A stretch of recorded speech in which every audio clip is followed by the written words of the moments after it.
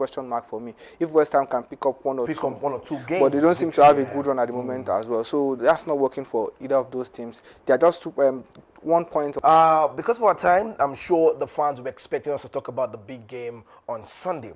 Nico Riley's second half brace fired Manchester City to a convincing 2-0 victory over a below-par Arsenal in the Carabao Cup final as the citizens won their 8th straight final in the competition. And, you know, I was about saying maybe I'll be using the word, oh, really? Because, you know, it sounds like O'Reilly, this kind of thing. But what do I start off with? Let me start off with you, Mabuba, quickly. I think that's going to be our last story because of our time. Manchester City, were you expecting that dominance performance from them against the Arsenal side? When you look at the record, you look at the stats, you know, on Friday we're talking about so much to look forward to for Arsenal, but it didn't just work out for them. What went wrong for Mikel Arteta and what ticked the box for Pep Guardiola? You see, football is not predictable. I wasn't expecting that level of, you know, intensity from Manchester City. I was expecting that Arsenal might maybe finally prove to Pep Guardiola, or Arteta can prove to Pep Guardiola that he can also win, even though he used to be his apprentice. But unfortunately, that didn't work. And based on what we can see from the match, it seemed that Arteta, should I say, adopted a defensive strategy, and he didn't seem to actually move forward. He decided to simply park the bus. But apparently, we can see that Manchester City simply came there to win. The results haven't been going much in their favor. They are currently 9 points behind Arsenal, even though they have 1 game in hand.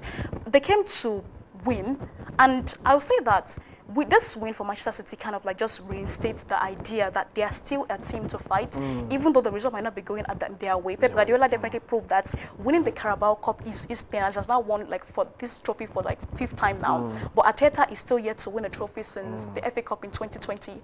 So I'll say that for Arsenal, this team is not, shall I say, this result itself, it is not a determinant for how the league is going to go. They might still win the league. But for Manchester City, I'll say that this is more or less their stronger chance at winning the trophy this season. For UCL, they're out. For Premier League, Arsenal as the upper end. And then for the FA Cup, they're out already. Oh, come on. Abiola, I'm just going to ask you quickly.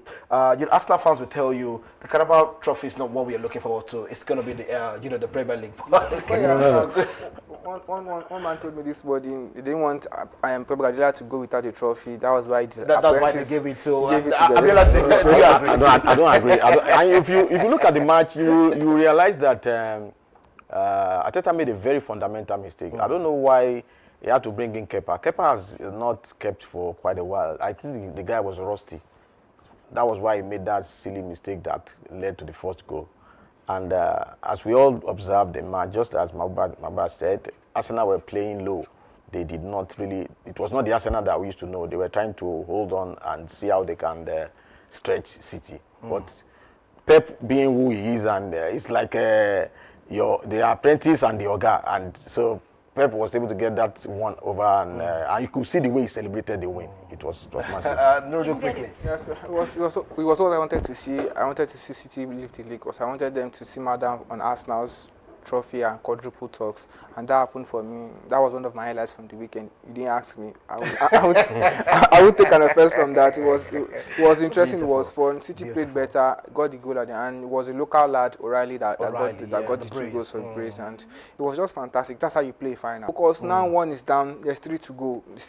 They are in pole position to win the Premier League. They can't afford to. They can't afford to bottle it. And blow up that amount of lead. They are still in the Champions League, one of the favorites because of the way they've played in the competition. And in the FA Cup, they have a relatively good tie in the quarterfinal. So it's 1 down, 3 to go. For Arteta and his boys, they need to go back to the drawing board, fix one all the time. You have to be able to think out of the box, find creative players that can tick the box and change things for you when the game is going on. You can't rely on your defensive capabilities or your defensive fortress to say, okay, this is going to see us through to the end of the game. You need to find players and find a different system apart from the one that has pushed you to this position. We'll be back here tomorrow to discuss. But let me just inform you that tomorrow we're going to be talking about world number 2, Yannick Sinner of Italy, and American 5th seed Jessica Pegula, as they won on Saturday to reach their 3rd round and ATP at the WTA Miami Open. WTA later today. Adreva and Boko, they are partners in the doubles, and they're going to face themselves in the singles later today. So it's going to be an interesting one to watch as well. What to look forward to. Also, we're talking about the Madrid derby tomorrow, and definitely Abiola also will join us tomorrow to talk about basketball.